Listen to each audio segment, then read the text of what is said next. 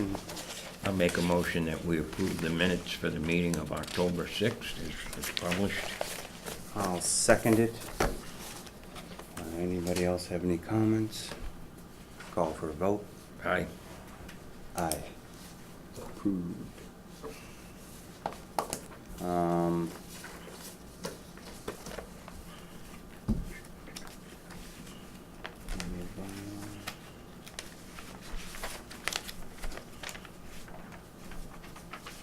Are you here for the bone problem? Yeah, Alright, we might as well start with that then. that would be good. Oh, I was thinking of waiting to the very end, but you wouldn't find the humor in it like I do. No, Alright. I understand when it got submitted, there was a request for a plan or layout of what they're doing or where they're doing it, am I correct? So that was actually sent, the official plan was sent to me on Thursday and then forwarded to the boards and commissions office. I don't know if anybody from representing them had reviewed it or signed off on it yet. I know as of that time on Thursday, there was still a bunch of things that were being tracked down through EMS and the police department. Nobody from the police department's come down to sign it yet, but Robert Gowski indicated to me that he's still working with them on finalizing the EMS plan. Okay. And we received this about a week ago? I would received this about a month ago. Oh, a month We ago. received the revised version about a week ago, because there was an initial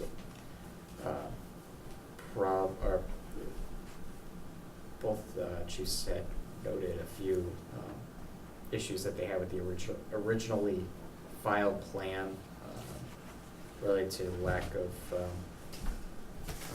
officer. At first they requested that they didn't need any officers on site.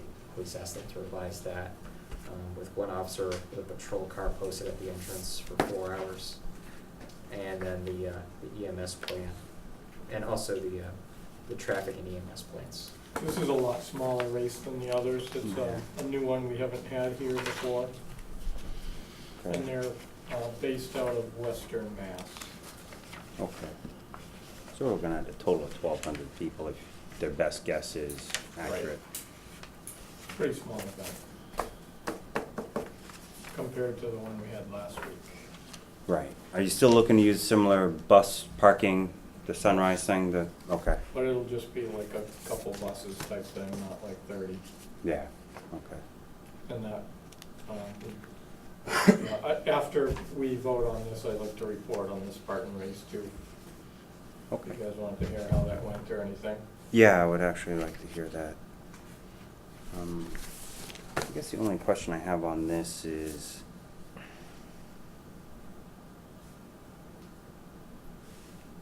do we have any expectation or timeline on when other boards would actually, I've only got 2 signatures here right Right, now. yeah. The building and Right. Board of Health. Yep.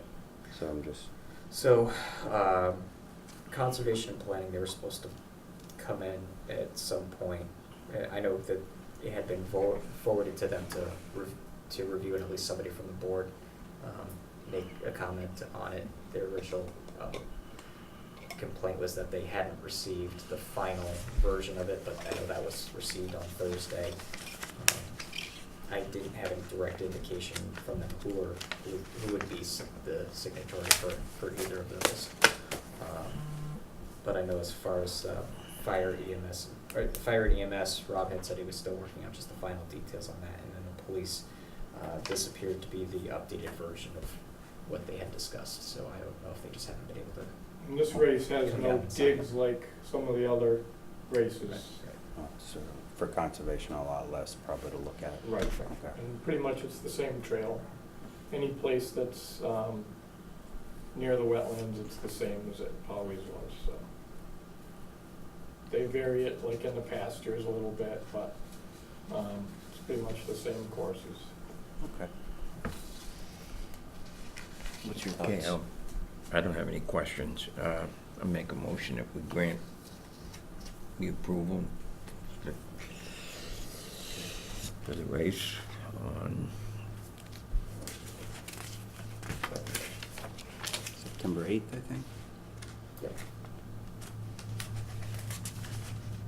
Yeah, and I can make that contingent on the other, the last remaining members coming in and doing the final signatures. Make sure Yeah. that happens this week. Yeah, so yeah, I just second that, modifying it to say based on approval of the other Yep. individuals, EMS, conservation, and police.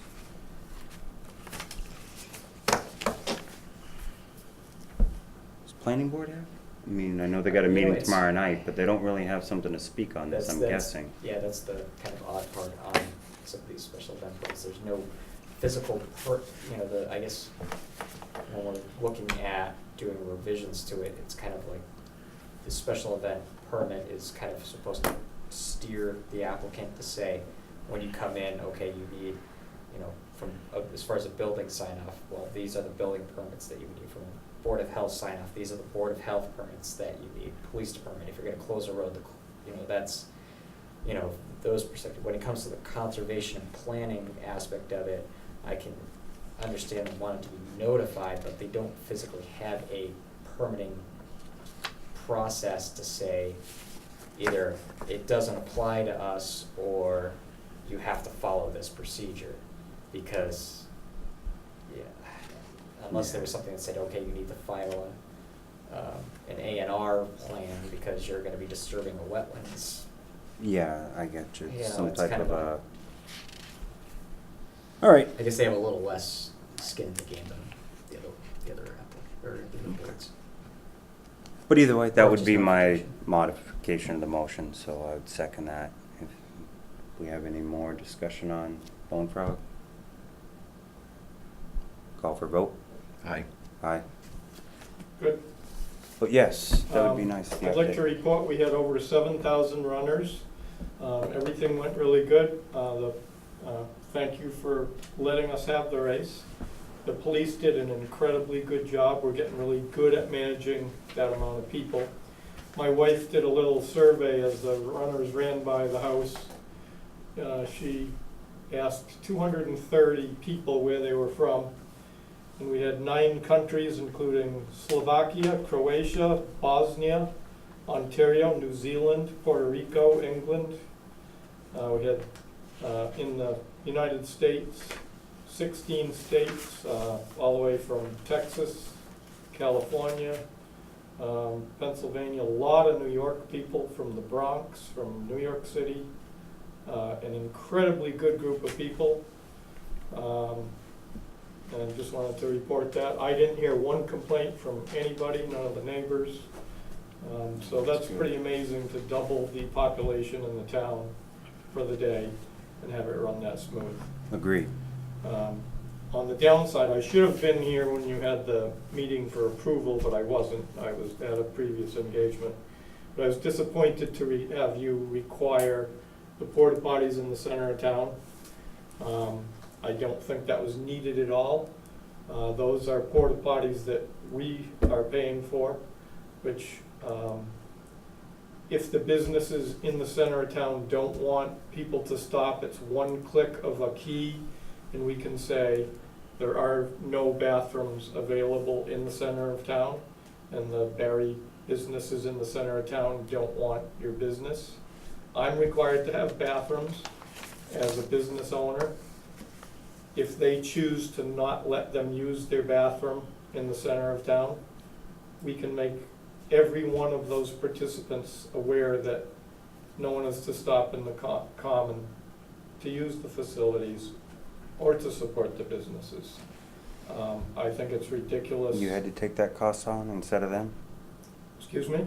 You had to take the cost on instead of them? It's all part of the venue fee, and yes, all these fees. Well, that's why I was asking, because they All put in these- the application, so I didn't expect you to have to incur that cost.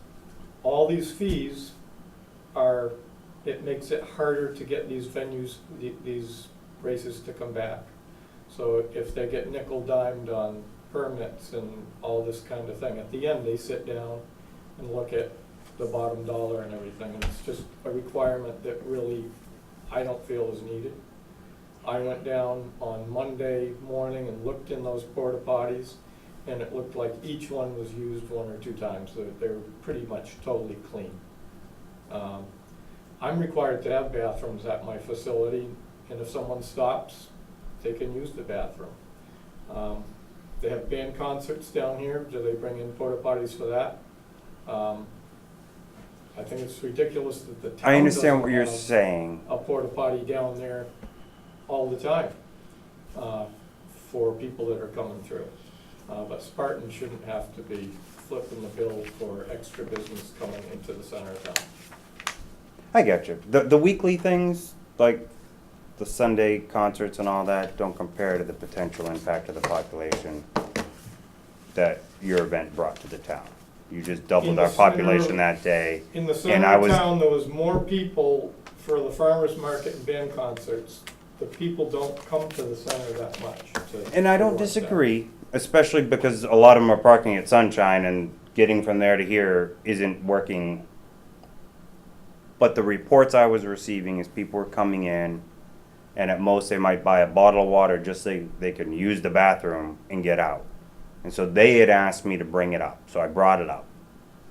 We didn't obviously have time to have a meeting and then a follow-up meeting Mm-hmm. because of the way it hit us and the timing, so it was put out that way this time because I truly thought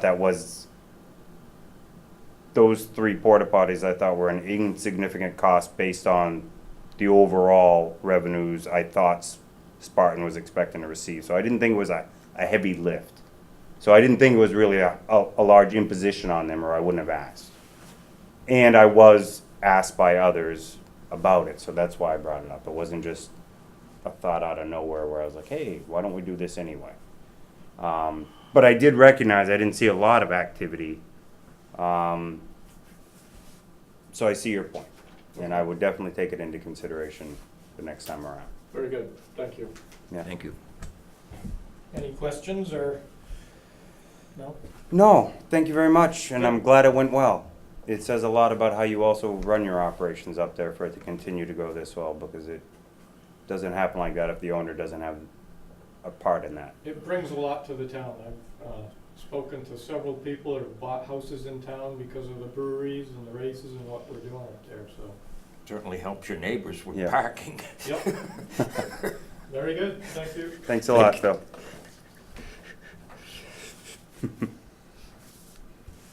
All right. We have someone stretching. You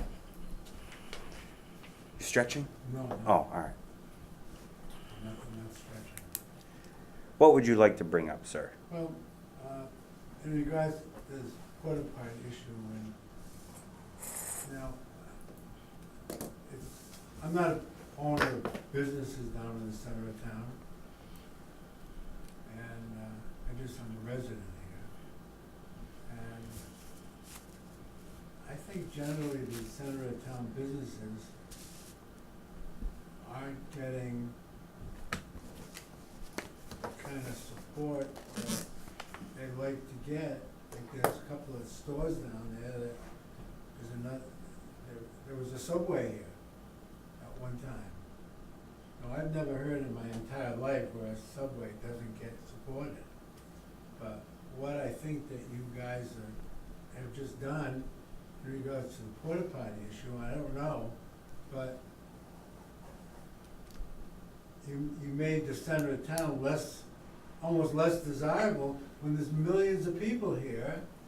And I think you need to foster the growth in the center of town. And when there are millions of people here, I think just slapping their hands and telling them that they can't go to the bathroom here or go in for ice cream or something because there's no porta potty, and then bring all the business up the street, it's not very helpful to the people. Those porta potties were intended to help the business on the Yeah, right, promenade. but for some reason, he's complaining that he's gotta pay for it. right? Well, Phil was complaining he's gotta pay for the porta potties. So if you take the porta potties out, they're not gonna be there. And we just had a Subway close up because they couldn't get business. So doesn't that tell you anything? Doesn't that say something? It's a balance we gotta work through. Doesn't that say something that there's a disconnect that in the town, and then, so now he's saying, but unless I didn't hear correctly, he's saying that he doesn't want, he or his company, or the companies, or whoever supplies the porta potties, don't wanna supply the porta potties for the center of town during that period of time, because it becomes too expensive. And, considering that they had 7,000 people, I don't know how much money that people pay to join the race. I don't know if it's $200 or $20, I really don't know. But clearly, let's assume it's $100 for fun, that's $70,000, is that correct? No, $700,000. Well, 700, that's even better. They had 7,000 people racing. If it was $100 a person, that'd be It's $700,000. $700,000. You did good at math, didn't you? That was the one thing I did good, but it didn't last long. So anyway, There's not so much it's- left. So it's $700,000. Now, if those folks who are pulling in now, I don't know where all the money goes, I have no idea the separation of the funds. I don't know how much the lessee gets, or how much the individual providers get, or whatever it is. But if the $700,000, how much is a porta potty? $100 a day? Would you say? Not too expensive. $200 a day? No, that was the point I made, is I No, but didn't let me think it ask was. you, how much are they? I don't know. Anybody know? No, I think you're right. At most, it's like $100 a day. So it's $200 a day, they're they're pulling in $700,000. 1% of it is $7,000, right? So we're talking about less than 0.1% to put a couple porta potties in there. That might make it easier for the center of town to have some sort of business, considering the fact Subway just got up and left. So I think Subway left though because it was 2 blocks from 2 other sandwich shops. It was hard to maintain a regular clientele when you had all the variety within 2 blocks. But I do understand the general idea of it's hard for them to have business. You understand the concept. Maybe what you need to do is a thought, I mean, I don't wanna upset anybody. Sometimes I'm pretty vocal and I am upsetting people, but it's not my intention. But maybe the town needs to plug in a certain percentage of something for these incidentals that could be negatively affecting our business. Now, I don't know if the sandwich shops and all the businesses down in the center of town are benefiting from 7,000 people coming into town. We don't know this, and it would be maybe a good thing to find out whether, and if they aren't benefiting, maybe we had to figure a way how to make them benefit. Maybe we need to help them to benefit, because it's just hurting. Over there, it's helping the company, it's helping the proprietor, it's helping the landowner, but it's negating the center of town. Now, I know people get paid for parking, God bless them. They have a liability issue with all that stuff, but I just feel badly for the center of town when I saw the Subway go, because that means, to me, that means declination, or declining business. Whatever it is, whichever avenue it goes to, it's declining, and we can't afford to decline our business in town. That's all. So, I agree with that. And we gotta look for ways to, and I'm sticking to it. I appreciate that. Thank you.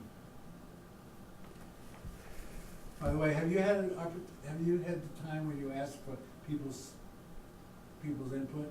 Is that? No, You we have can that, do okay. that now. Okay, because I've got a couple of things I want to share with you.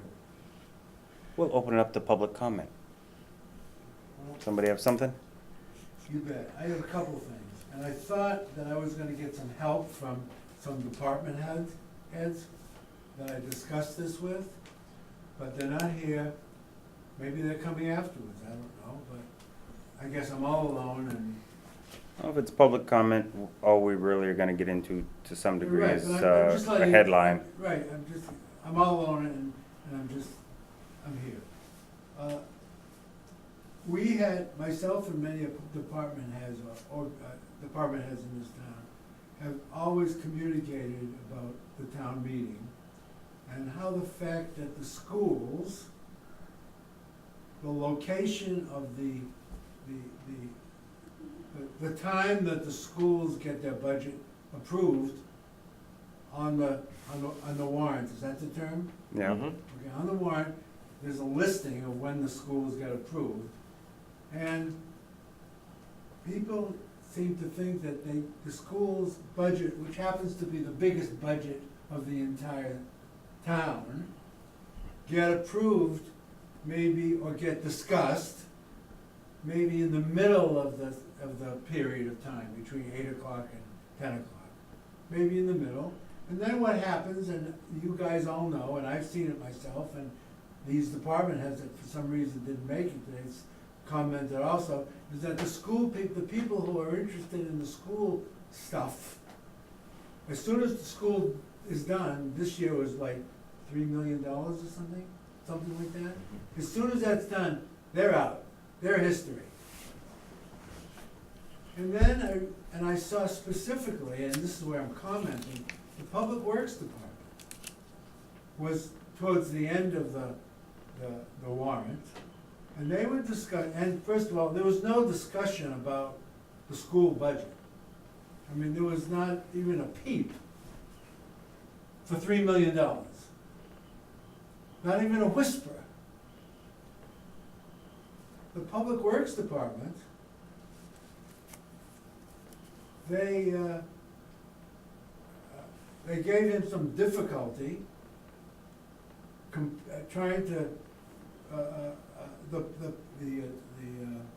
Finance Committee and someone else gave him some difficulty regarding choosing some sort of a stainless steel dump body versus a regular kind of steel dump body. And we actually had discussion about those two things. Comparing and contrasting these two things. And then I'm comparing and contrasting the Public Works Department and the school, and I'm saying something doesn't make sense, because we should be thinking about where we can save 2% on the $3 million instead of busting this department's balls, excuse me, for a dump body, the difference between $50,000 and $60,000. It doesn't make sense. The logic of the discussion didn't make sense. I think maybe we should put the school budget at the end so that the people who are interested in the school, when they get their budget, at least they stay there. At least they pay attention, because they don't really pay attention. So that's my thought in that regard. It's a thought of other people, but they're not here. Hopefully they're gonna see this on TV and then say, damn, I told Sam I was gonna be there. I forgot. So I'm hoping they come next week and next time, and they say, they support this direction. The second thing is that maybe I'm behind the times, and sometimes I am, but I just had the opportunity of reading the police department's 5-year plan and progress report. I don't know if you guys have read it. I'm familiar with it. I can't recite it to you, though. Oh, well, I'm just- tonight, I just read it. Let me tell you, I was impressed. I just want you to know, I read it and marked it up and went through everything and put my circles and arrows and all sorts of stuff. And I just want to say that we're doing good. Thank you for the police department. That's all I'm saying. So, and I also want to say is that I want everybody to be aware that not everything I say is is picking apart an existing process. I can also say, like I have just said for the police department, that when I read this, I said, wow. So, good job. All right, thank you very much for that. Thank you. Thank you. And I agree. You can say something that you think needs to be said, not always, right, it's not always negative things that will always be said from the same person. And I really hope we can help the people in the center of town. I hope we can do something, We're especially working on it, with 7,000 people. but we also have a private organization, the Business Community of Barre, that's working with all of them together too to try to, and that's really where they're gonna find their strength, is working with their fellow vendors and their fellow business, because they're gonna figure out how to work together. The people in the center of town that have businesses, people in South Barre with businesses, the people down at the IGA, they can work also with Carter Stevens and Stone Cow Brewery, and they can develop a plan where they can say, you know what, when we have a big event with 7,000 people, could we do this? And it's gonna work a lot better if they work together like that, rather than the government stepping in saying, could you work with them to do this for them? And we do have a business community of Barre now that really is the place for that to work, so that the government doesn't get in the way, because that's what we'll do. Like that porta potty thing, for all I know, we were getting in the way versus actually helping. So they need to work their own bridges. But at the time, we have a role and we can still speak up for people. But that may have not have helped. Obviously, somebody that runs it up there didn't really appreciate it. But that's something that For 7,000 probably would move $7,000. forward. I'm not overly worried about that because that's a whole different, I gotcha.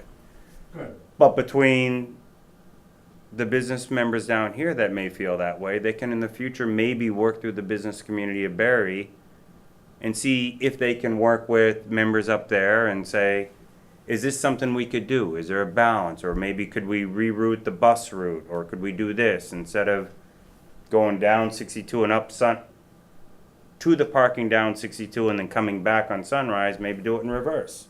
Now they're coming up 62, look, we could have a bus stop at the Common and then continue, drop them off, but now they know there's always a stop at the Common, so if they didn't need to get their car, they could just get in the bus and stop at the Common.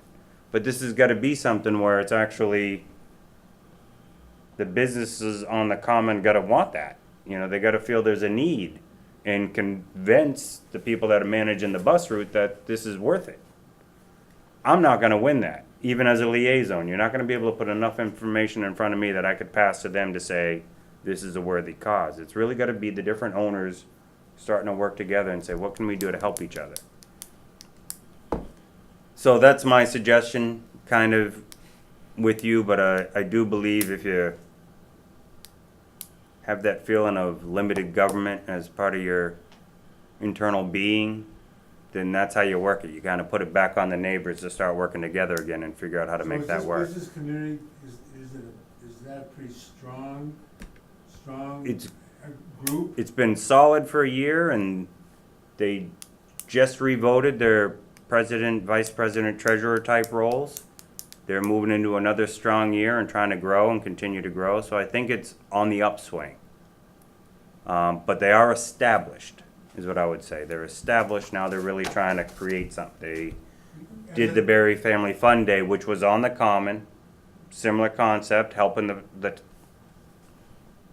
businesses on the Common, As a but town, I think we need if they're the governing agency, so to speak, for businesses, I think that the selectmen need to give them whatever kind of support that they require, so that on these days, when there's $700,000 up there, and there's 50 cents over here, somebody says, something doesn't seem right, that's all. and I understand what you're saying, I but you don't also know- gotta be careful I there don't know the because answer.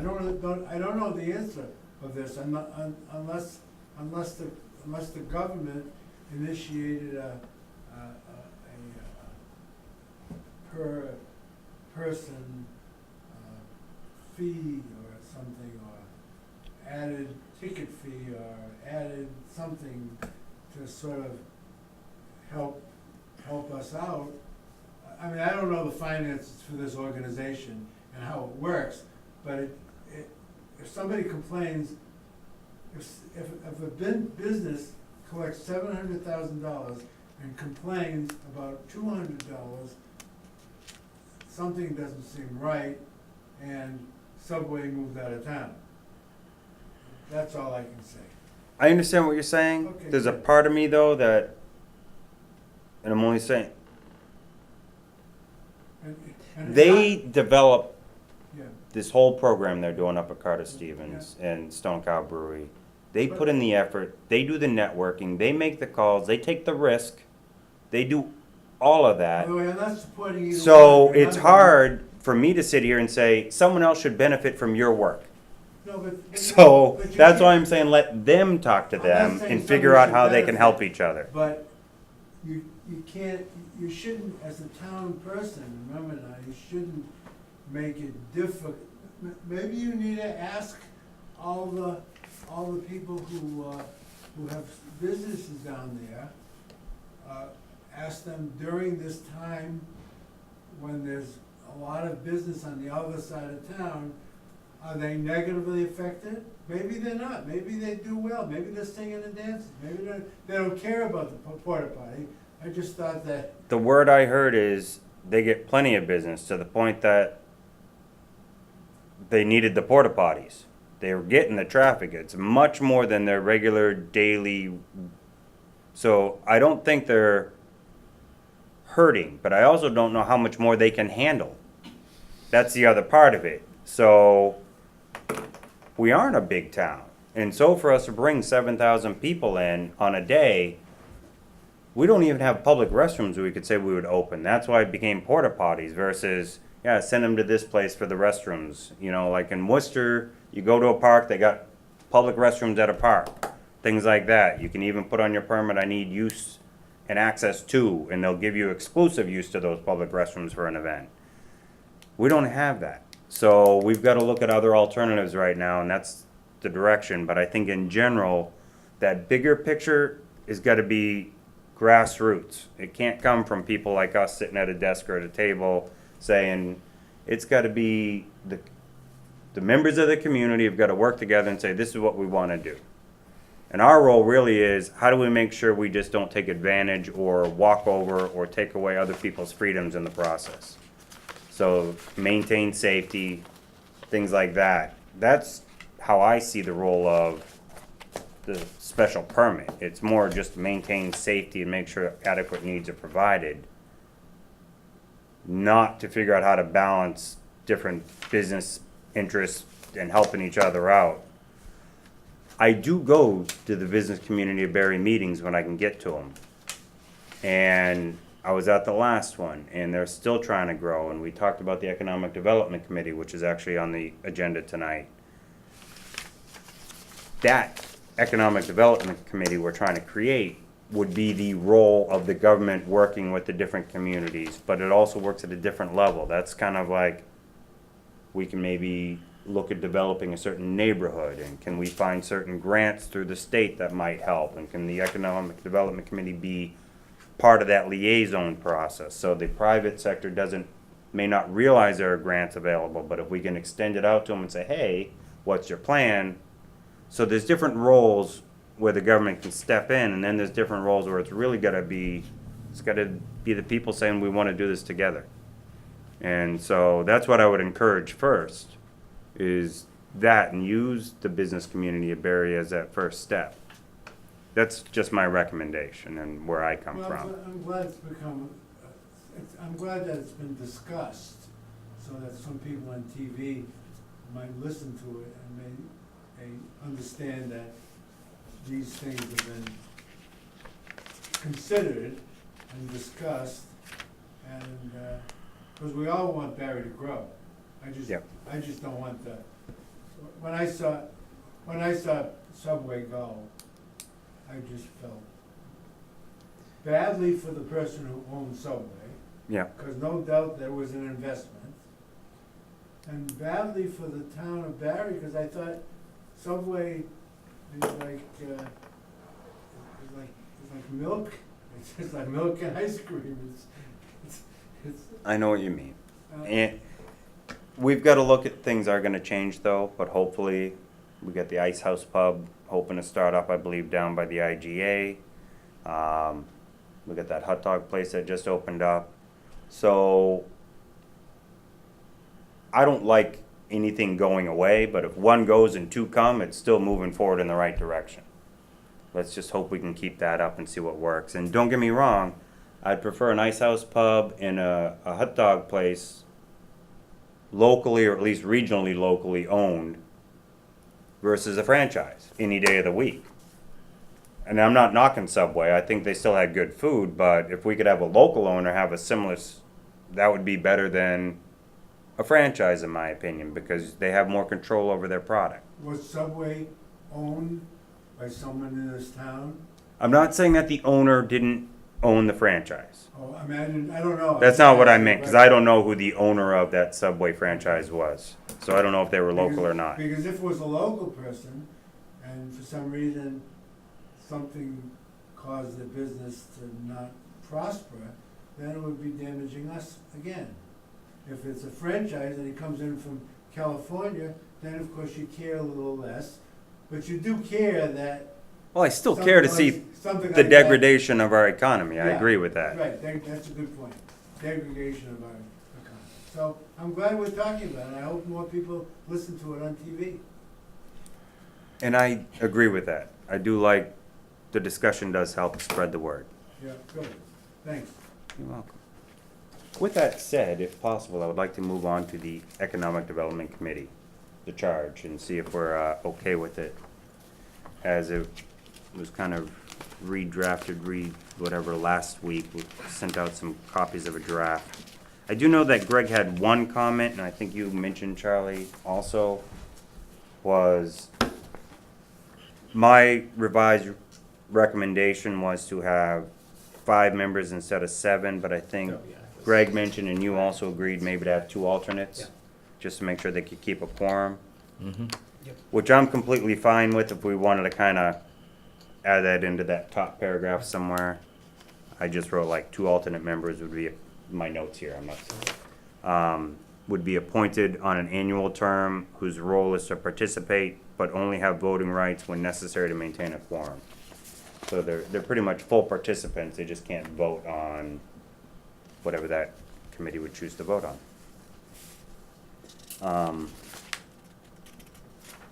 But outside of that, I know Greg's not here. He did say last week that he seemed to be okay with it, but what I would like to do is see if we can move forward with approving this, maybe with just adding that one sentence with the 2 alternates. And get it posted so people could start applying to be on it, but we can revisit when Greg comes back in the next couple weeks in the next meeting, and if he's still okay with it, great. If not, we always have the right to revise it and repost it and say this is how the charge is today. So if he's okay with it, great. I'm not trying to run past him, but I'm just trying to get it out there so people know we're looking for this, because we got the regional planner and all that So, starting already. yeah. What are your thoughts, Charlie? I would agree with that. And I'd make a motion that we move forward with this, and subject to another quick review at the next meeting when Okay. Mr. O'Sullivan is back. Okay. So approved today, but knowing we're gonna revisit. Yeah. Okay. I second And that way that it'll motion. get started. All right. Perfect. Call for a vote? Aye. Did anybody have any questions on this, or it's gonna get posted probably on Facebook and the town website so people can see it. We're primarily creating a group of 5 regular members, 2 alternates, to work with our regional planning, regional economic planner Economic coordinator coordinator. that Hardwick got through a grant, that Hardwick, New Braintree, Barre, Hubbardston? Yes. Is there another town? in there? Okay. and OCAM are all gonna share on trying to figure out regional concepts that would help all of our economies. But also, we got a grant to start the process of developing an economic plan for the town of Barre on its own. I believe, and I think the board kind of believes, wouldn't want to speak for him though, that the Economic Development Committee would work with both, helping with CMRPC in developing and working with the town administrator as a liaison, helping to build the Barre Town Plan, economic plan, and working with our regional economic development coordinator, but also working with the business community of Barre. I want this to grow into something that's not a short term. I want it to be a regular, recurring, continuing thing. I'm looking for them to work towards understanding potential grant resources. Maybe they have certain liaisons they can work with, or people they know, or networking. We put a lot on our town administrator to try to keep up with all grant opportunities, and the truth is they can't keep up with probably more than 15% of the opportunities that might cross their desk. They do their best, but there's a million grants out there, and the more people that can help you, the better off you got. Let me tell you, you put on a lot on this guy, and he's losing all his hair. Yeah, we warned him that. He took it all off before he even started. It's like, well, if that's the case, I just... A little less pain. But, so when it comes to that, we need people that really want to help this town move forward economically, but it needs to come from the town. So we don't want to be throwing economic opportunities at the town that the town doesn't want. So that's kind of what this committee is also going to be about, is another resource for people in the town to meet this committee, speak their mind about what they think will work, help us build a bigger town involvement. It's really critical, because everything they can help us do to prosper or get grants or move in a good direction with regional economic agreements is going to help us reduce our costs, town tax appropriations annually, or it's going to increase our revenues because of increased economic opportunities for businesses, and we can turn those back into getting better roads, better water, better sewer, other infrastructure upgrades that we need. Truth is, your budget almost will never shrink unless you truly cut programs in your town. You're not going to save money by cutting the budget. We've got to do it by increasing revenues. For an example, CPC, that's one revenue alternative that we can now get that will help offset certain costs in the budget that we couldn't offset before. We're looking for more of those things. It doesn't have to be that industry, but more economic development will only help the town. This is a very critical committee moving forward in my mind that's really going to help this town do just that. So I'm taking the time to really speak about it because, like you said, people on TV hearing this, I'm hoping they understand how important these roles are. If you get into a huge budget like Worcester, they pay people to do this. We can't afford to pay people to do this, but because they have those people there, they're constantly the first person at the door at a grant, trying to get that grant before anybody else, because they've been there long enough, they know who to call and what time of year to call them. So they're on the list and they're ready to go. And they're already planning next year's plan this year, so that by the time it's time to apply, in order to do that, we need more than a town administrator and a town administrator's assistant to put that time in. And we really don't have that type of overhead in our government. We can't afford it. So we need people that are willing to volunteer and help us get to that level. That's my soapbox. I'm done with that one. Do you have anything more, Charlie? No? All right. We called for a vote, right? Yeah, you come for a vote. All right then. Done.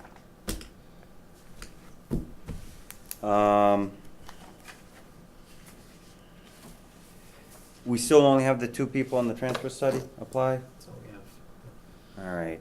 I really, I don't want to get started on that until we can get some more applications, but it's...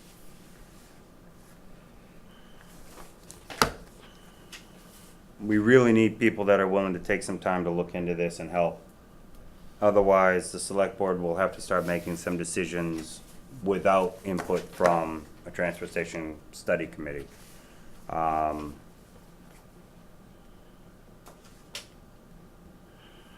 Again, it's another thing where people have the time and they can commit.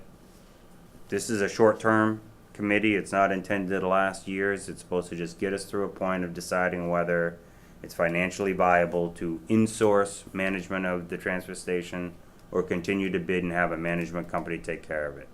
And our understanding is for those that use the transfer station, we can reduce that cost with some preliminary, big picture numbers, not getting into the details of how we could insource it. We could reduce permit fees or other costs if we ran it ourselves versus the way we've got it under our current contract with Solid Waste Solutions.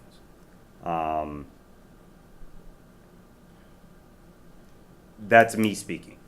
I'm not speaking for Charlie, I'm not speaking for Greg, I'm just saying based on what I've heard, I believe that's a possibility. We wanted some more help to really make sure we were looking at true numbers and have a realistic understanding of the potential. So please, anybody interested, pick up a Town of Barre appointment application and get on the landfill transfer station study committee. It's not a landfill, so it's transfer station. Is there any kind of grants available, study grants available, that we can focus towards this transfer station? That we may, or is that something that the accountant, who knows all the numbers anyway, can perform a service, a fiscal service, and let the selectmen know the bottom line numbers, and we have these people write in. If it's a grant, we can get it, if there is a grant. If we can get our accountant or our treasurer or someone in that division to do the numbers, then we've got the answers right away, instead of having to ask for a committee to make a decision. That's just a thought. I think we can look to see if there's a grant opportunity. Our accountant wouldn't have a lot of numbers because it's completely outsourced, so we don't have the details and the numbers of costs and revenues. Didn't you That's have the numbers Solid of Waste Solution. management? Didn't you have, when Waste Management hit, didn't? It was all private. We didn't have to, You didn't have anything, huh? my understanding is we didn't have any funding going in and no funding coming back, so we didn't know the numbers on that. And we don't have a contract relationship that causes them to have to open up those numbers and show us. And there's no kind of transfer station consultant that we can scrape together for some money for, and let these people know. Well, there is some consultant. I mean, the Board of Health uses, Yep. Mark Popham. He's done a lot when it came to the landfill and also the transfer station and how the Board of Health reviews of regulatory, but he's also been in the business for many years, so he has his own history of it and understanding. Maybe he'd be a good go-to person. It's possible. We've asked the Board of Health if they would be interested in having him provide information to help us. They seemed okay with that, like they would. I mean, because it's their consultant, so they'd have to say, yes, please spend your time that we're paying you on this or that. I think his role in being involved was waiting for this committee to be developed, and then this committee would reach out to him and say, could you help us with some of these numbers or this? I think he was still going to act more of as a consultant to the committee, so the committee was still doing the work of pulling it all together. He would have just been one of the resources that would have grabbed info. I know other people have reached out to other different neighboring towns, or not even neighboring. Like Groton was one of the towns that were referenced that runs their own transfer station, and how do they do it and make it so that they not only don't lose money, but apparently are able to bring in enough money to either put into a capital account to keep up or somehow create revenue. I'm not sure. I know the town of Hardwick runs a recycling transfer station. They can't do solid waste, but they do recycling. I know I talked to the town administrator and one of the selectmen in the town of Hardwick. They said they might be interested if we opened up the Barre transfer station to non-residents, letting their residents know, and then they can come up and buy a permit just like all we did. We are only using, from my understanding, 20% of our capacity at the transfer station with just Barre residents.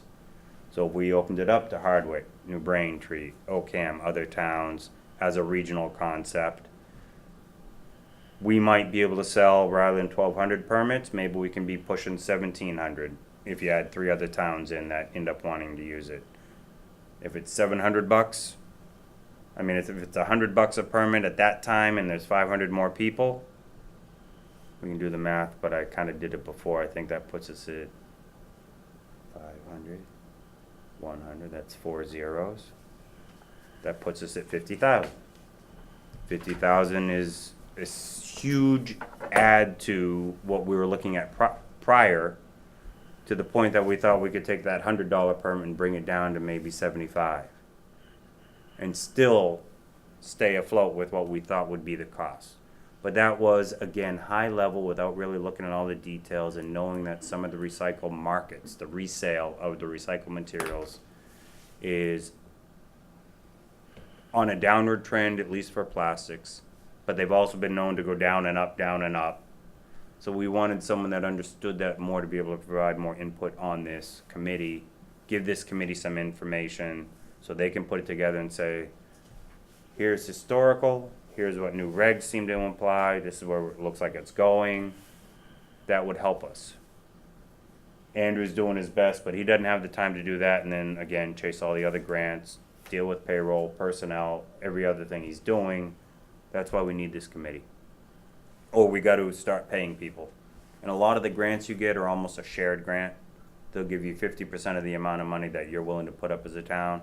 So even that means we would have to pay somebody to do this if we couldn't get people to volunteer. So grants sometimes still require somebody else to put in the effort, and they don't just count hours worked. Sometimes they need actual money proven in the investment. You know, there was an organization that came in I was really impressed with. They helped us develop something called the Capital Plan. The Collins Group. Collins Group. And I spoke to them, and maybe there's a connection within that group that might assist us in making a determination. Because they seem to be very professional. It's possible. Yeah. It's definitely possible. You definitely need to know what you're asking of them, though, because if you don't ask the right questions, they don't know what you want. And so you won't necessarily get the answers you're looking for. And you got to be careful if you're paying someone for that, because every time you ask a question, eventually it's going to be like, I gave you everything you paid me to give you. And Well, it I just thought came they down were- to you didn't know what to ask for. I thought they worked for no charge for the town. Nope, those were also funded through grants. Oh, really? We got a grant that we paid the Collins Group to do the capital. Oh, Then we got a grant that we paid the Collins Group and maybe even through CMRPC to do the school municipal shared resources. Now it's called QEMP, but it was something before that, I forget. But that was all grant funded, so people are still getting paid to help us. They're not volunteering their time. And they're getting paid right along the same level of the industry. They're not a non-profit just trying to get by. They're paid well. Not to say they don't need to be. That's not what I'm implying. So anyway, that's all I had to say on this. We were thinking possibly tabling this until we get more applications. Is that what you thought? I thought at least until Or until Greg gets back? back from vacation, and then we do it and get them started, and if another one wants to come on, if we wanted, they're prepared to go for this spring, they gotta get moving. Yeah. There isn't, you know, So, time marches on. so let's table this for when Greg comes back at the next meeting. We'll just add it to the agenda right away for that.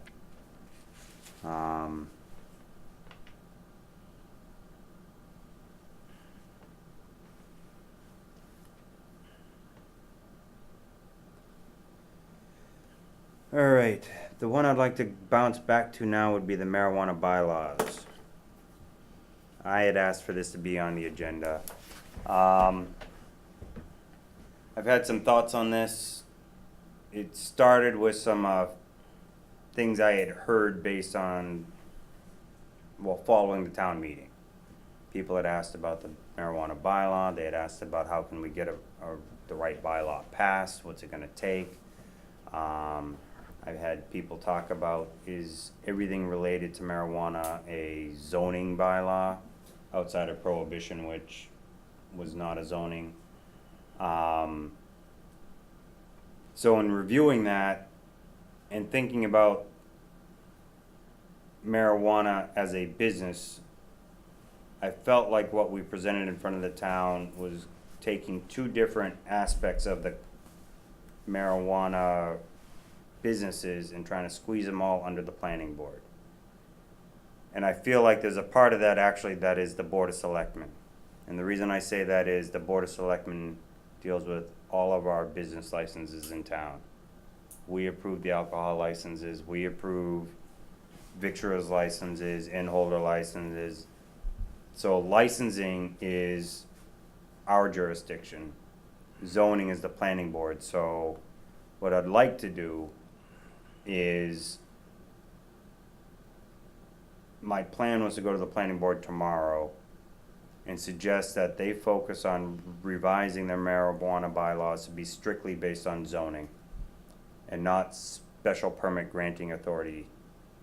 Because I don't believe special permit granting authority would fall under their standard jurisdiction for a business. They don't go and tell a pizza shop what they can and can't do when they ask to have a business. They set the zoning and that's it.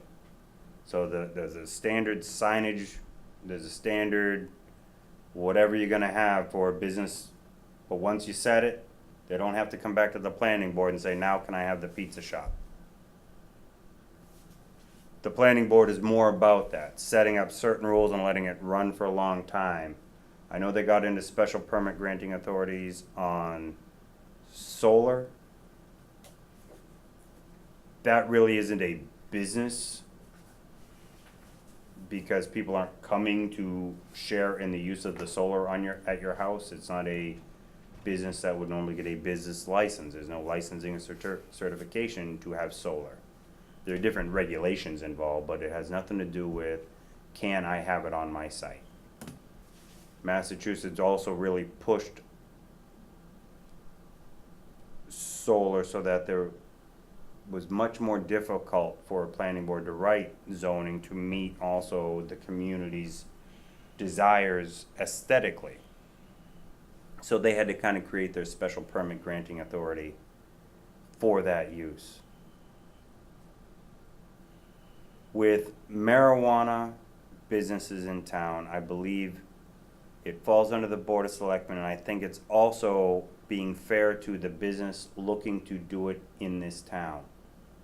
If a business comes before this town and wants to have a marijuana license of any sort, the first thing they have to do is come to the Board of Selectmen and get a host community agreement.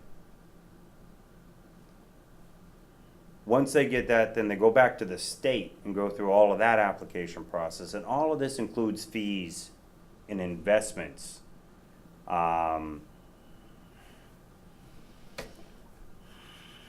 don't believe it's fair to a developer or somebody interested in owning a marijuana facility of any sort to come before the Board of Selectmen and get a host community agreement that is only reviewed primarily based on how much money you're gonna give us.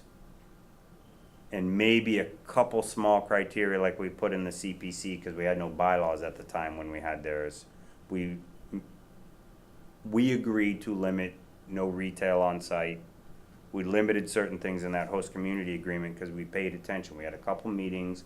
We pulled in the community. We got the community's input under the host community agreement to identify what that business could or couldn't do at that site in order to get the host community agreement. I believe that's the proper place to pull in all of the things that the planning board was trying to put under a special permit granting authority with their criteria that would allow them to alter certain things based on what they're trying to present in the zoning bylaws to be specific to a use in a certain neighborhood compared to use in another neighborhood. I personally believe that would fall under us.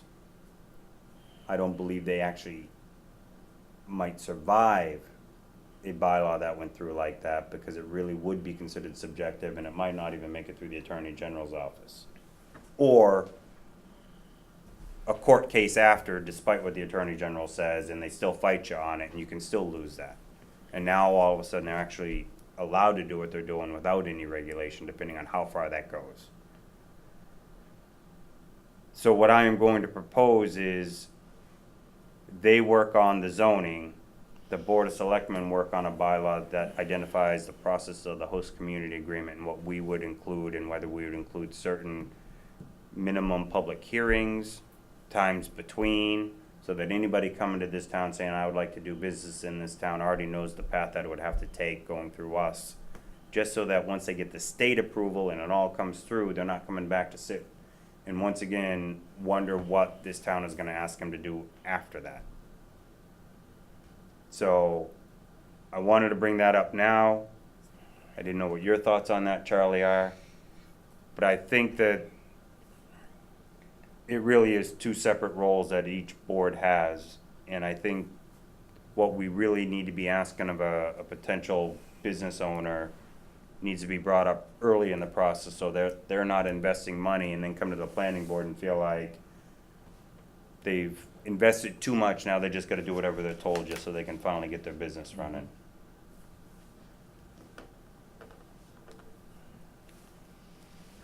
No, I think you're right. I've been trying to follow what's going on with the Cannabis Control Commission, and they haven't finished their regulations yet, which is a kind of a problem, but I'm assuming it's gonna be similar to like alcohol or something like that.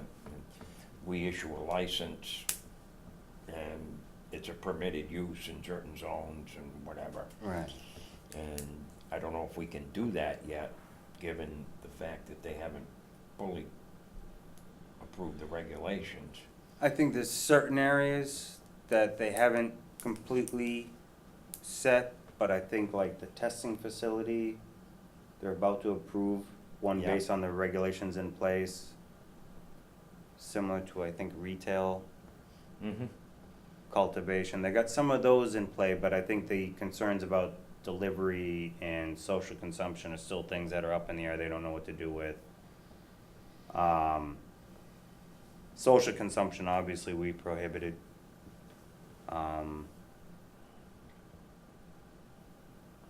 The delivery prohibition didn't seem to benefit the town. It just pretty much said that anybody not in town can still deliver in town.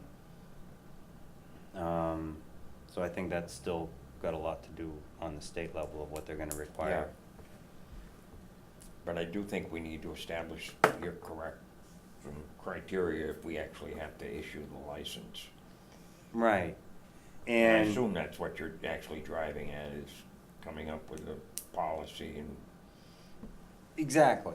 yeah. You know, we get the bylaw might be something that's just as simple as, any company or developer interested in having a marijuana facility has to go through a host community agreement process per established policy by Yeah. the Board of Selectmen. And then we can then create the policy and make sure it's posted at the time, but it's a lot easier to tweak the policy as we learn more and do better Mhm. down the line.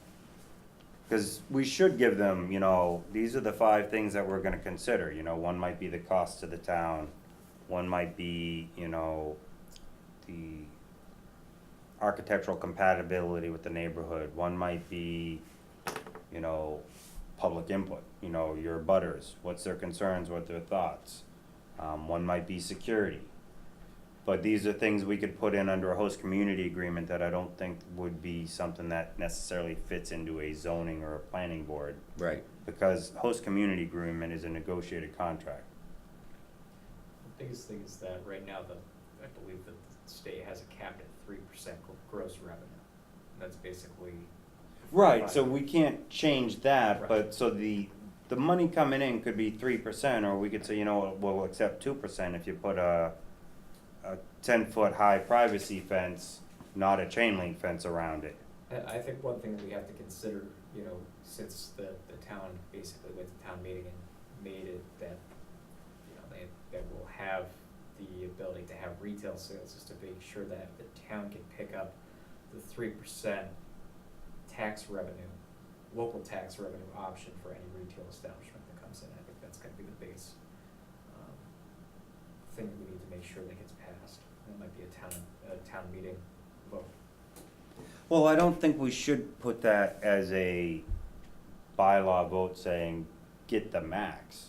Well, 3% town tax revenue. So That's determined in the host community agreement. there's two different things with the retail sales though. There's the 3% gross sales, that's basically, you know, kind of like the offset cost. So your impact cost, when we're, you know, some communities might go between 1 and 3% based on, but the town has the option of also putting on a 3% sales tax on all the recreational sales, not See- cultivation. See, I thought the 3% gross was only for cultivation because Only you on- don't have the high retail return. But on the retail side, you can go after both. You can Both do the both 3% as 3% well as. Yeah, both the 3% HCA and then basically a local tax option to say that we're collecting 3% gross revenue sales, similar to a meals tax or hotels tax. Okay.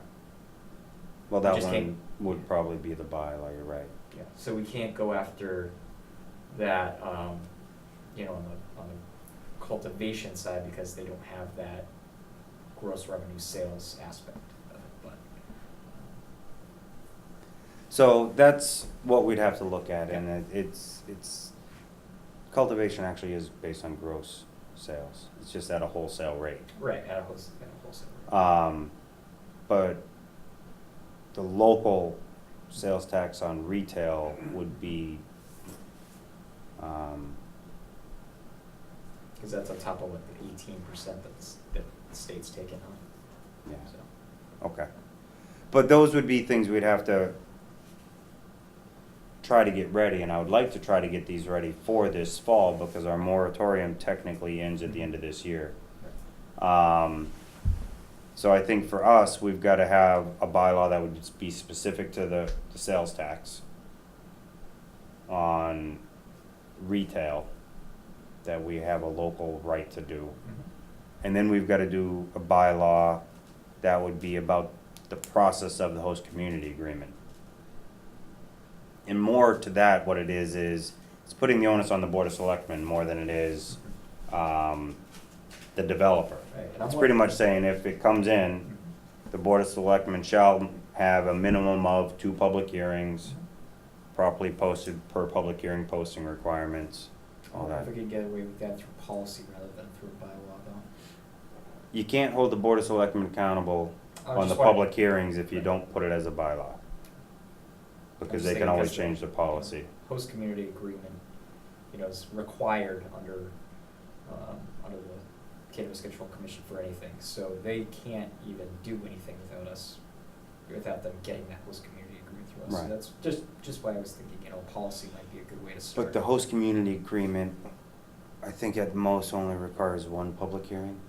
Mhm.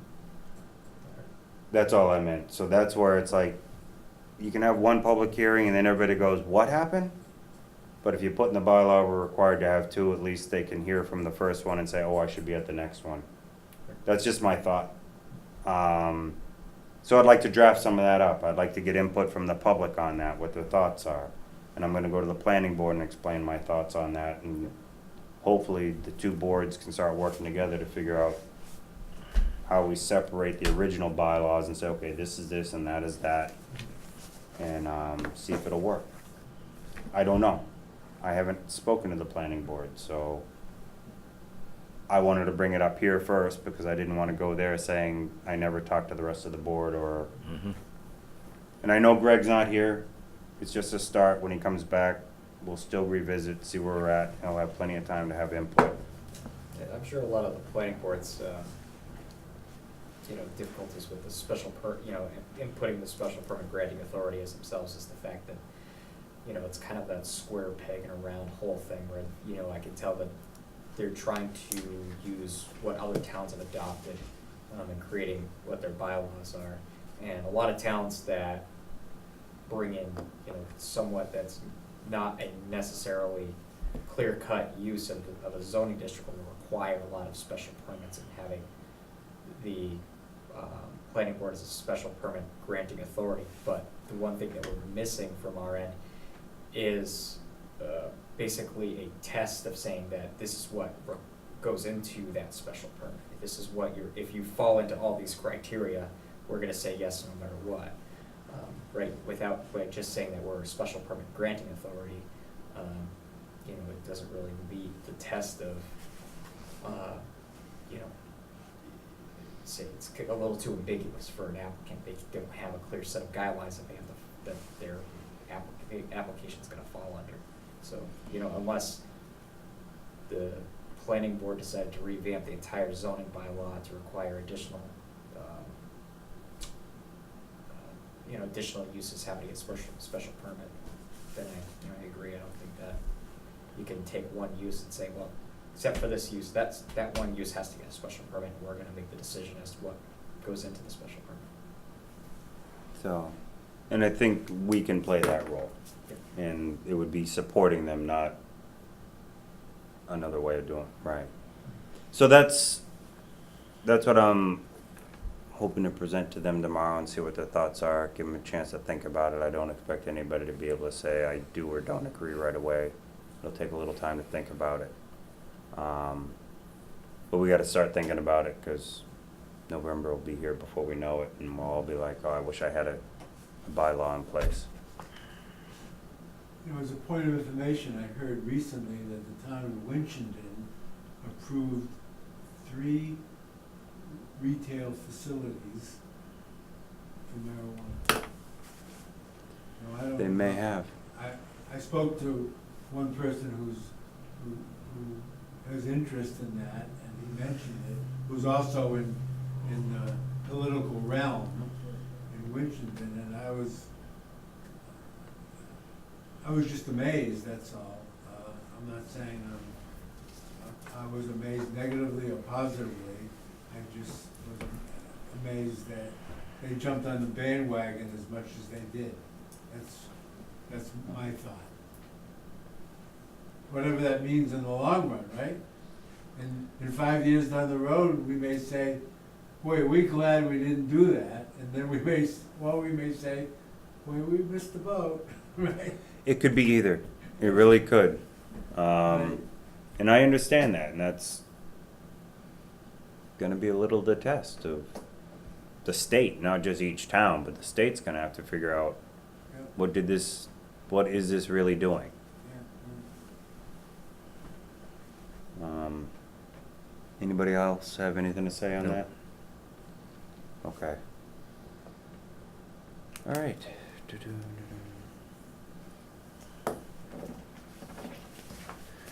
Guess we'll hit the request to use town property stuff real quick. We have a request of the Barre Historical Society to use Town Hall on October 4th from that Thursday from 6 to 10 p.m.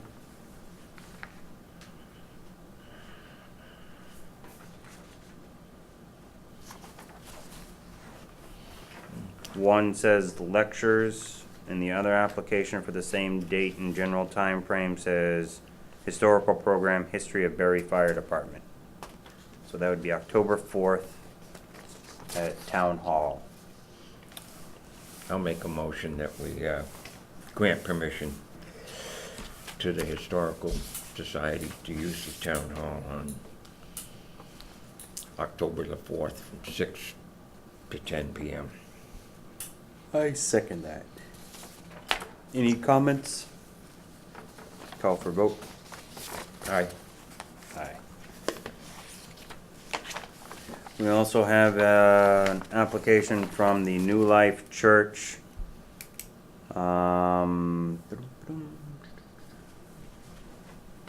Looking to use the Center Common for a family fun day that they're looking to do on.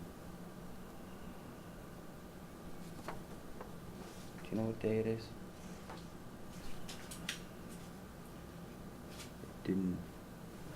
Just as hard as you, so dates and times. Say what, might have been in her email, so I didn't find it. Okay, Just yeah, I just set up the noticed. event from 12 to 3. I think they missed the day.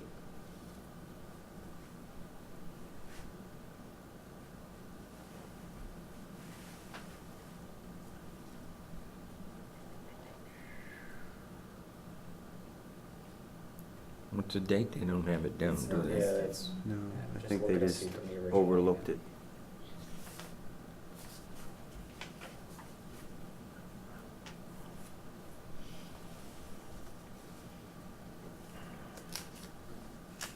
Well, I guess Please hold. hopefully it's not next week.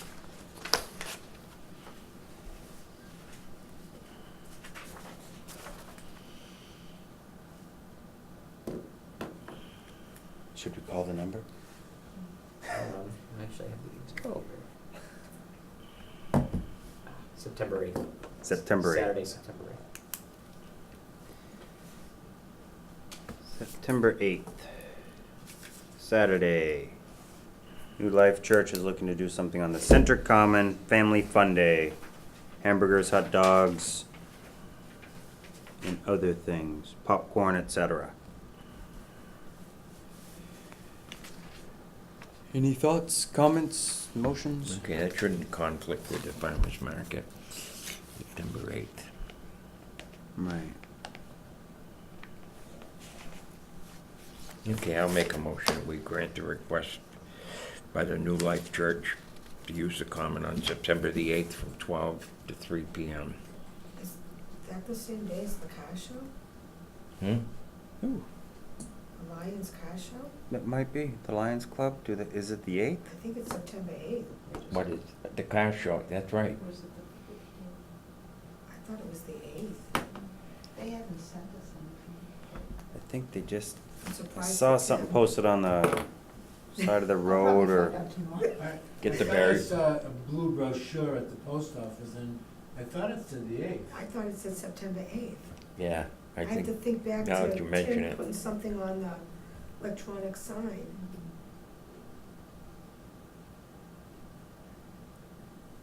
Now I have it with me. Do they both want to use the same part of the common? yes. Oh.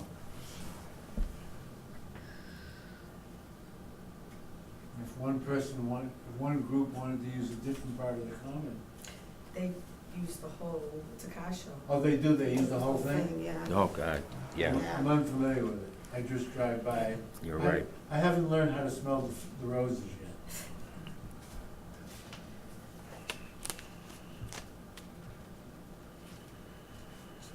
September 8th at 9 in the morning. Very common. Okay, They've already gotten their approval. withdraw my motion. 9 to 2:30. This is 12 to 3. Would have to I'll just let them know hold that off unless it's something they hadn't told us was in conjunction with, and the Lions Club said, please share with all of us, but I don't think that's the Yeah, I don't case. think so either, so I'll just let them know that they'll have to find Yeah, an alternate. different time. Yeah.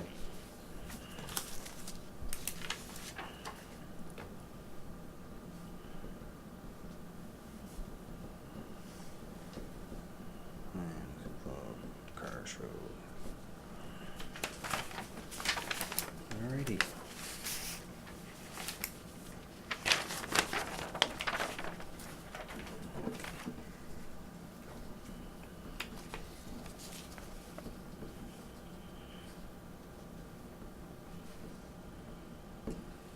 Alright, we have a couple common victualers licenses, I believe.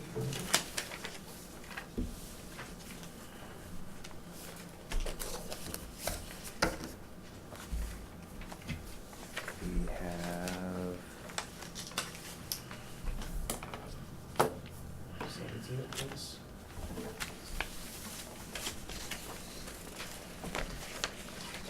I think it might still be upstairs. okay. I go by list.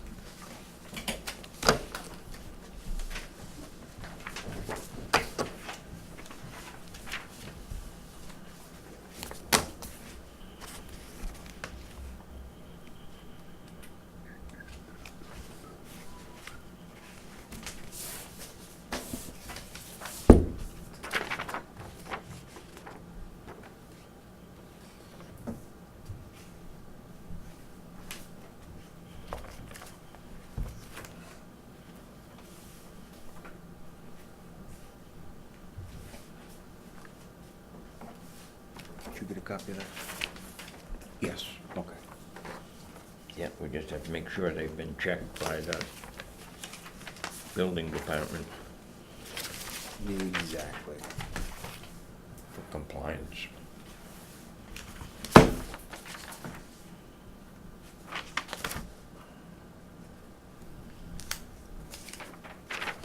We could do this one. Yes, we can. We have an appointment, a wage authorization for a Miss Sandra Hood as the administrative assistant for the town. Okay, I'll make a motion that we authorize the wage at, published on the sheet from the town administrator at $15.79 an hour for 35 plus or minus hours per week. I second that. Call for a vote? Aye, Aye. with the note that it's plus or minus. Yes. Knowing how those things work. Exactly. Welcome. Exactly. Just wait until March, April, when all of a sudden the 35 starts creeping up. Finance committee, town meeting, all that. It's like, oh wait, we gotta do this too. We gotta do that too. Okay. Wholesome Farmers Market. Do we know what that is? That, Barre Foods changed their name, the new owners. Oh. Oh, What's the name now? Wholesome Farmers Market. That's what I thought it was. is that for the food they cook? Is that Yes. what? Okay. Yep. All right then.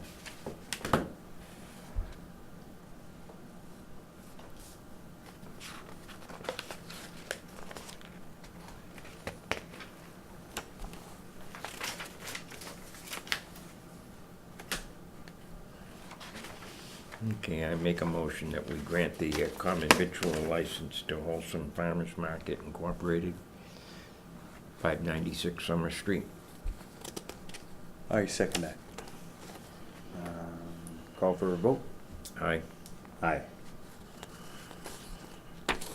Um,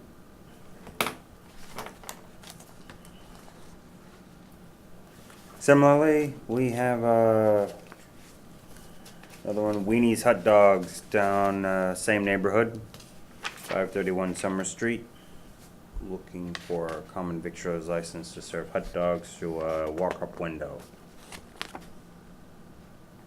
I have no issues with it. I would make a motion to approve the common victualer license request. I will second. And just as a way of discussion, we have an anonymous letter here that was undated and obviously being anonymous unsigned, but just make sure the building inspector takes a look at all that.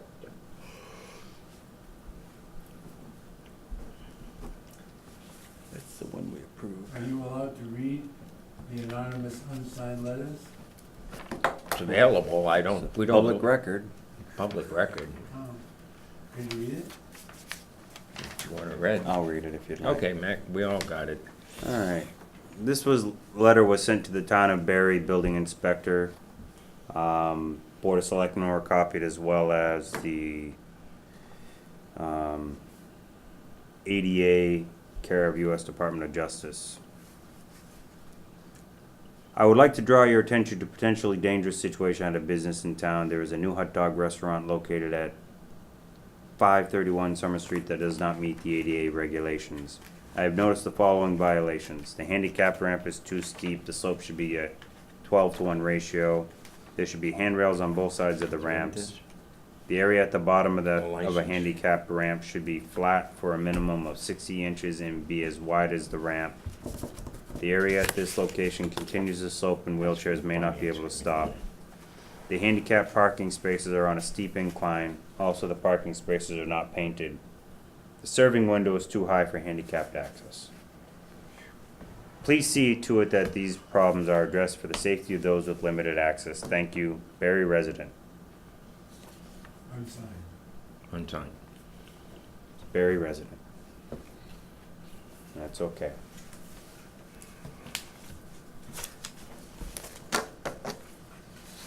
So that's what we received. It's with the building inspector. They've already received it. Correct. Yes. That's only our copy was sent directly to them. Okay. Other than that, what's our thoughts on the victuals license? Did we vote? Yeah, you just made the Yeah. comment about this, okay.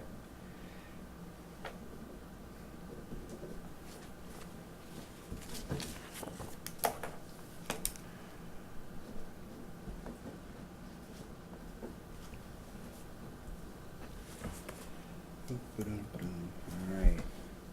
Bandstand, repair bids. So, we had gone out to bid on this, with the available funding under the other remaining money under the common project. And so the total base bid on it was $32,985, and when we got that base bid, I forwarded it to the common committee and gotten a recommendation from them to award a contract. Right after that, we had a meeting on site to kind of make sure that we were still working under the same scope of work, and there was a few things pointed out by the contractor that were missing under the scope of work, and a few things that they thought might be better. So we asked for change order requests on those. The first one was some masonry work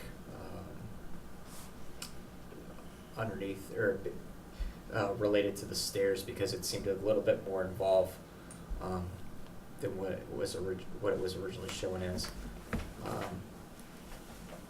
Change order number 2 was some ceiling paint, was some paint on the ceiling and the columns that wasn't originally called out for. And then change order 3 was removal of the speakers that are currently there. But change order number 4, that was one where they basically were saying that, you know what, and in the original bid, we were calling out for doing like a skim, just a kind of like a skim coat of concrete to just try to seal up the holes, and then do like a paint over it. And the mason looked at it and was basically like, well, you know, that's not going to last for very long. It's going to probably start chipping after a while. He's like, I'd suggest doing this epoxy flooring. So we got the change order request back on it, and it's almost double the price of it is double the price of what the whole base bid was. So, and then they offered a $1,700 credit, you know, by taking out the skim coating. I had floated this down to the common committee to see kind of what do you guys want to do with this. We haven't issued any contracts. We haven't on this work yet. So I mean, we still have the opportunity that we could back out if they didn't think it was worth the work. But I think, given, you know, if we just didn't accept change order number 4, but then ask for the credit to not do the skim coating on it, because in all reality, it's not, the floor itself is not in that bad a shape. I think the epoxy coating was kind of a little bit of an overkill, And if they don't think that a skim coat's gonna last or is gonna do the trick, why do it in the first place? That would bring the price, it'd still bring the price up a little bit from the 32,985 to 38,265. But I just wanted to let you guys know, just because I haven't heard back from the comment committee yet on how they want to proceed. But I know that the builder also doesn't want to be kind of strung along for months and months and months for the town to figure out what it wants to do on this before executing a contract. So, I guess the ball's kind of in the court of the common committee. But I just want to really keep you guys apprised of what's going on with this. Now, we can't do changeover 4, right?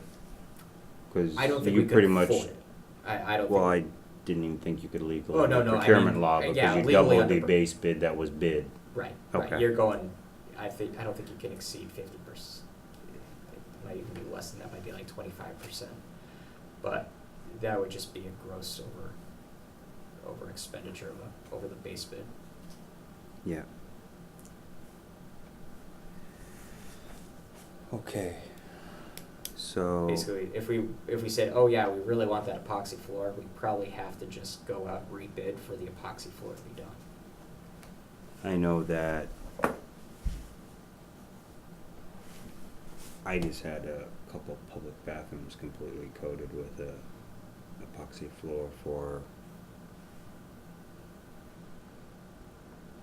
20,000, Yeah.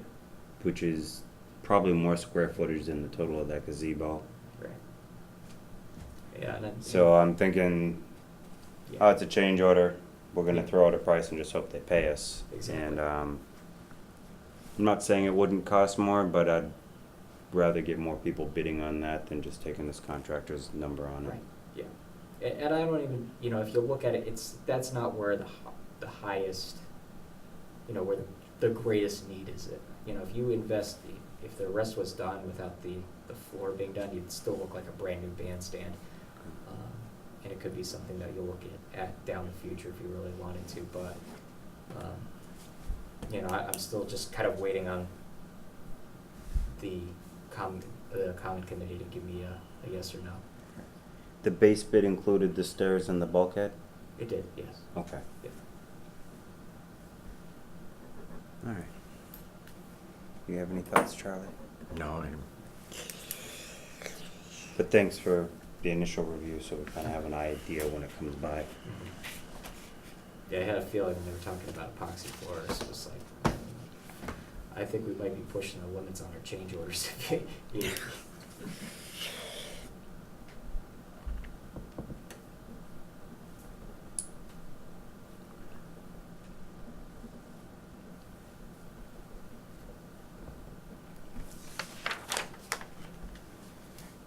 That's the guy I work with that I think gives you a fair price. Okay. He's also the owner of the business, so our prevailing wage, he doesn't have to count himself. Okay. So he's mentioned that many times to me, why his price usually is lower than his competitor. Yeah. Because it's him and his son. I think he might have gotten that price. It was like a contractor getting a price from a mason who was asking for a sub-bidder's price, and that's probably why there was such a high change. Got all that, Yeah. And all I'm saying is, just because that person did a good job, I don't know him for nothing. They come actually out of Maine, so I have no connection to them other than they did a job for me and it worked. Yeah. I'll leave it at that. We'll have to get 3 prices anyway if we decide that's the way to go. Yes, unless he gives you less than 10,000 on the quote. True.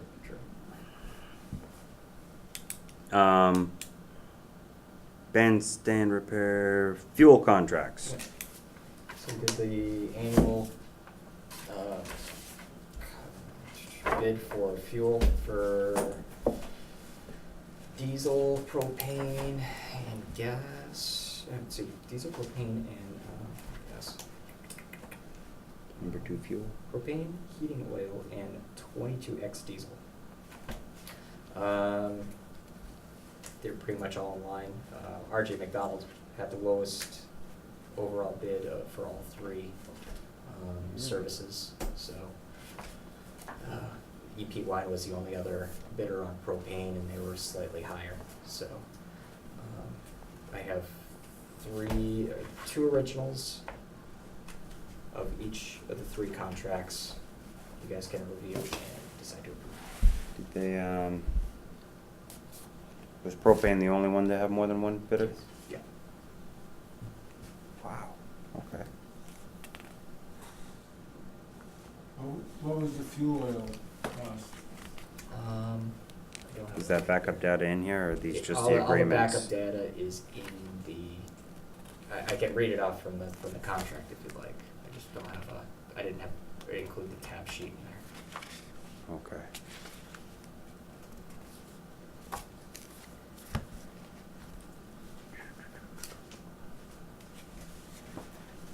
Maybe you want to look at it. Do you know what the rates were offhand, or what the approved numbers were? No, I don't. Do we do this once every year? Yeah. Okay, we don't do 3-year contracts? We don't. No, We're asked for bids on that? Could be something we'll look at in the future, but right now, or I just based off of previous practice, it's been 1 year. Okay. But we could look at it for a year. And I was just curious, I'm Yeah. not saying it should or shouldn't be, I Yeah. was just, And sometimes you Looking need for some of those fuel. like damned if you do, damned if you don't, one of the kind of things. I know we do ask for both a flat rate and a market rate price. And diesel, this is the XX diesel. off-road fuel, diesel is 258.9. Give a minute, Sam, I'll get there. What about fuel oil for heating? Number 2 propane, or number 2 heating oil. Back up to fixed price per term is 248.9.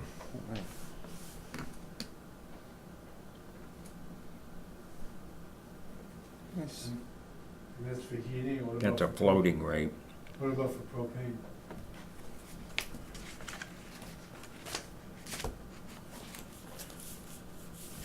Propane? If I see a fixed rate and a floating rate on the contract, does that mean each building can choose which rate they're looking for? Town usually makes the decision. I think I put fixed rate in for all of them for budgetary reasons, and One I mean, $1.47 I don't and a see half. the oil rates going to trend down. 148 So gallon. I think we're Yeah. smart taking a fixed From what I rate. hear, that's a good number, Yeah. 148. As far as the fuel oil, I propane. didn't know fuel oil was prices was $1 more, just as a point of information. It, But if there's only one bidder. I think then- propane prices can be a little bit more volatile, right? They Mhm. can kind of go up and down a little bit more, so we might be looking at it like this. Being fixed rate, we're in a better position because it could be in November, all of a sudden it jumps to 250, and then it Yeah. falls back down. So I usually bid it right in the middle of summer, try to get the lowest price, and hopefully they. Catch their Stay pre-purchase plans Yeah. and things they do. We need a motion on that. Yeah, I need a motion and a signature on those tabs, please. I'll make a motion that we award the energy contracts as per the recommendations of Andrew, Town Administrator, and what's in the packet. I guess we can do all of them at once, that might. I second that.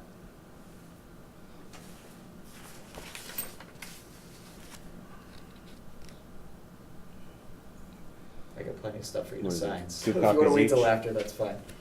Yeah, there's 2 copies of each contract. All right, I'll just set it there for signatures.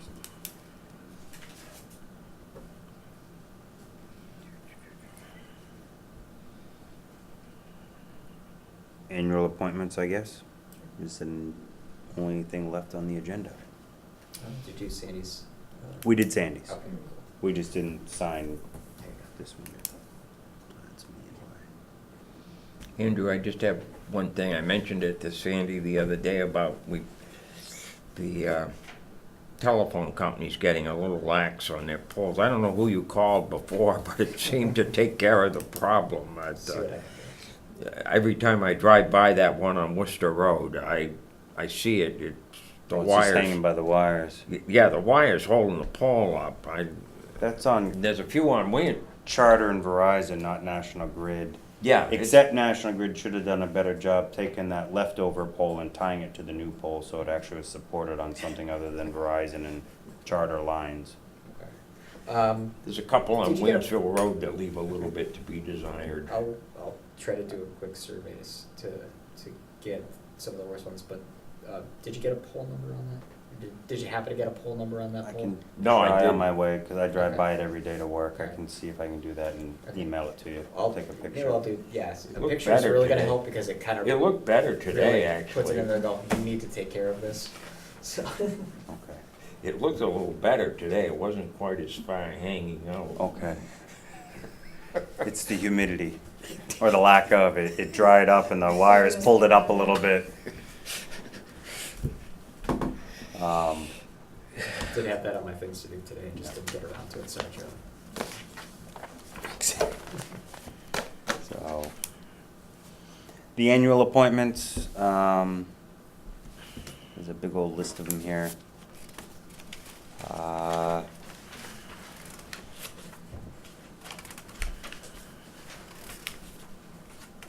The only thing I would, well, I think there was one thing for this. I would just like to, again, take you off the capital planning committee on this list. As you're more the liaison with the Board of Selectmen, or finance, or all of us.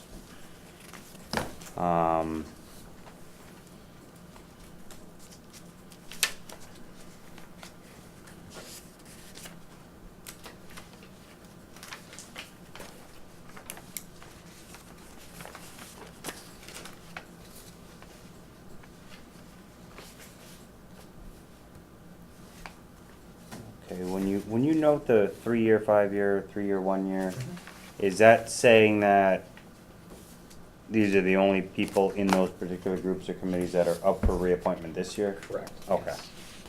Just wanted to make sure I better understood. Yes, I put in some serious legwork with Alan to get this program correct, so, it should work properly now, and we did some back and forth too with the developer to make sure that we got some of the bugs out, because when we were running some of the test data, it was duplicating and triplicating some names and adding,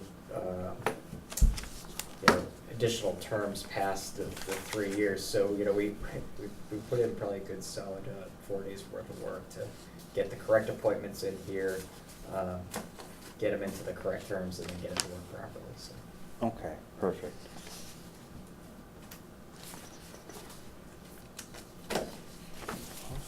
There's the CMRPC delegate. That one just popped up as far as a renewal, I just noticed that. I know you have Phil Hubbard listed here, Right, yeah, it was an automatic, but do we know if he still wants it? don't know, no. Okay. I did ask the planning board to recommend somebody for the alternate position, and as you said, they're meeting tomorrow night, so, I would suggest probably leaving that one off for now and then taking that up at your next meeting and seeing who you decide on. Okay.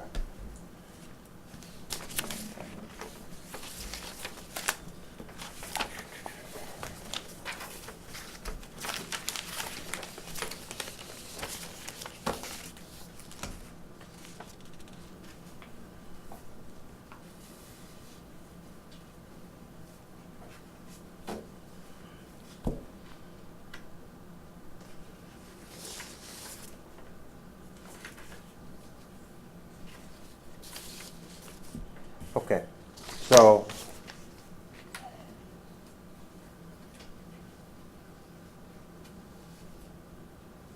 do we want to go through reading every name, reading each I committee? don't think we need to, do you? No. They'll be available if you want to look at the records. You can take a copy with you if you'd like for any reason. Think I'll put all those names in the paper. Similarly, yes. I would have All scanned right. it for you, but. But yes, we're just pretty much doing our annual reappointment. Some of these will be getting 3-year terms, some will be getting 5, some will get 1. But they're generally set up based on different groups, committees, and/or departments for which they work. I'd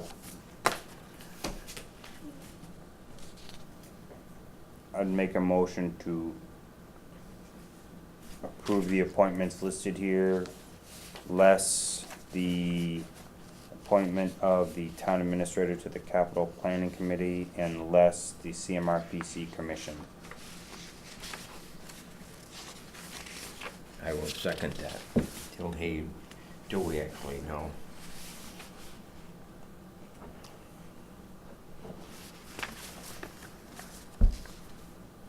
Anybody have any other questions about any of these? All right. Call for vote. Aye. Aye. I'd like to double check though in the future, maybe, like I said, most of the full-time employees, or maybe we also wanna just look at, even the on-call fire. Talk to Bob to see if he thinks that needs to be done, or if he would just give proper notice if somebody says we're done, and he can just update the list for you. Yeah, I know we were working to, making this software a little bit more friendly with the employees, and make it more of an employee registry to Oh, say okay. when people are hired, when people are hired, when people are terminated, tracking pay rates and stuff like that. So that way, Kind of an all-in-one. yeah, so that way it's not just kind of like Calendar thing. it's a database we look at once a year when we gotta reappoint everybody, trying to make it so that way it's something that we keep moving. Oh, okay. Okay. And I understand that. Not a big deal then. I think the one thing we have left on the agenda would be an executive session, but before we get to that,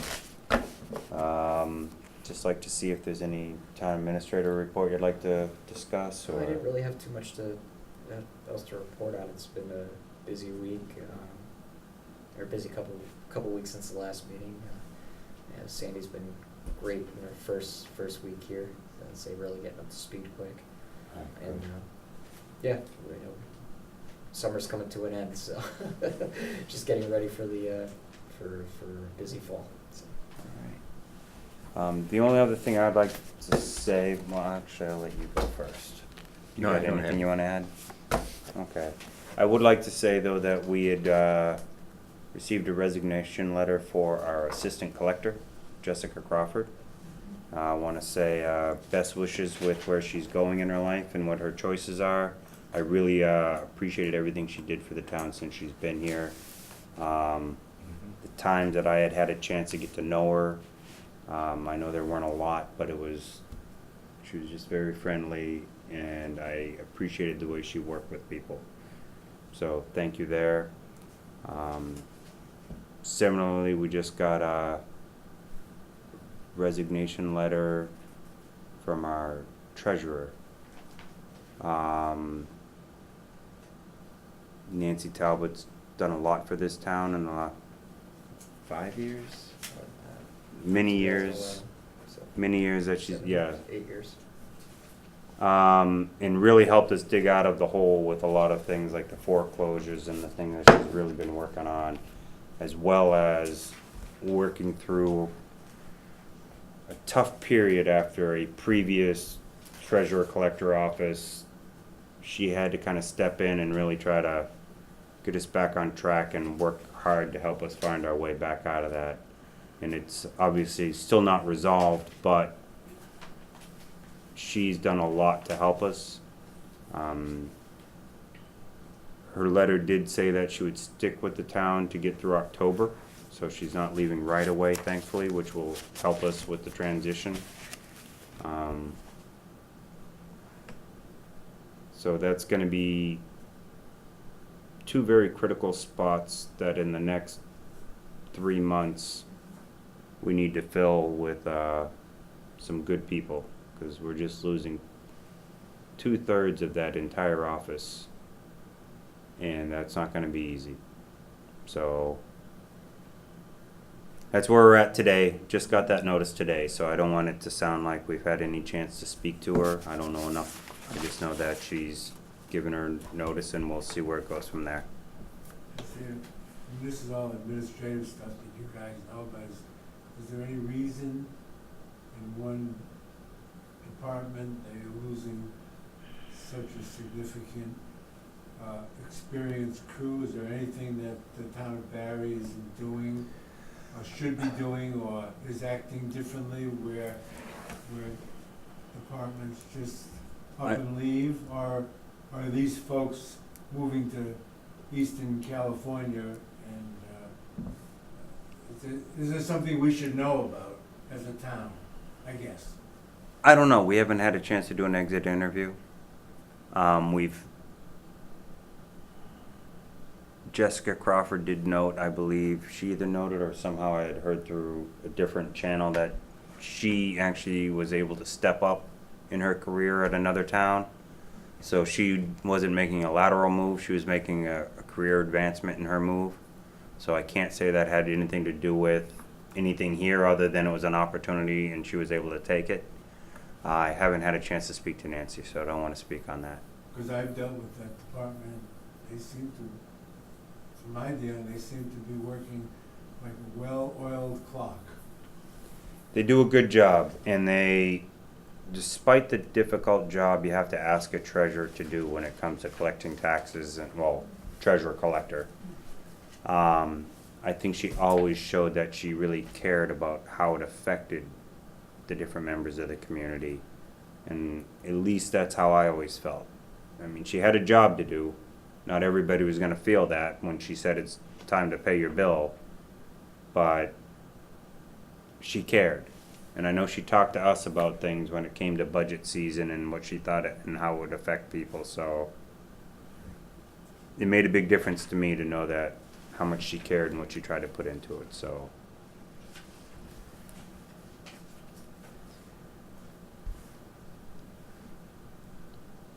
Other than that, we have an executive session per MGL Chapter 30A, Exemption 21, well, Section 21A, Exemption 3, to discuss strategy with respect to a legal matter between the Commonwealth and a Ms. Langelier. We will be going into executive session, and when we return, we will be not returning to open session. We will be closing the meeting from there. By the way, I didn't hear it, I guess. Did you approve the common license for Weenie's? We approved it. Cafe? Oh, I wasn't sure. Yeah, we approved it, but we said still have the building inspector go down and make sure they do it right. All right, well, I just didn't know, I didn't know that if you took into account the unsigned letter, the anonymous letter, I didn't know if that was a I took it into account. component of Yeah. the decisions, that's all. It's more about not trying to shut someone down so they can't earn the income necessary to fix the things necessary. So let's go figure out how big of an issue it is before we say something more. If it's a big enough issue, they'll still get a letter from the building department saying you're shut down. So I'll let Brianna be the bad girl. Well, I was at Honey Farms pumping gas, and a car from New York came in, and this woman ran out of the car heading for the building. She turns around, comes back with the car, she says, "There's no public restrooms." So I told her that over by the tents there were porta potties, and she was very grateful, and she went over there. Just for your information. Thank you much. I'll make Thank you. Nice meeting. I'll make a Thank you. motion, we go into You want executive this door session. closed when we leave? Yeah, there's a latch on the back. Oh yeah, gosh, Thanks a lot, Ellie. nobody's gonna get out We of need this a, thing. we-